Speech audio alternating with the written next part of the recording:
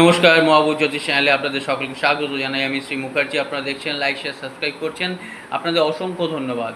যারা করেননি তাদের কাছে অনুরোধ, সাবস্ক্রাইব করুন যাতে পরবর্তী সমস্ত ভিডিওর নোটিফিকেশান আপনারা আগেই পেয়ে যান।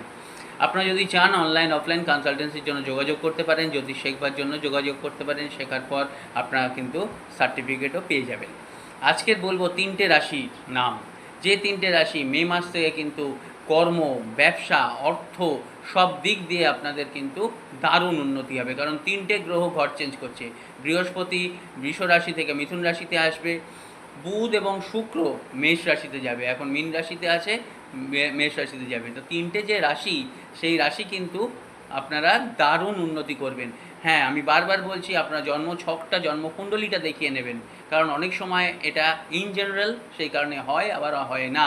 সেটা হচ্ছে মিথুন, মকর এবং বৃষ।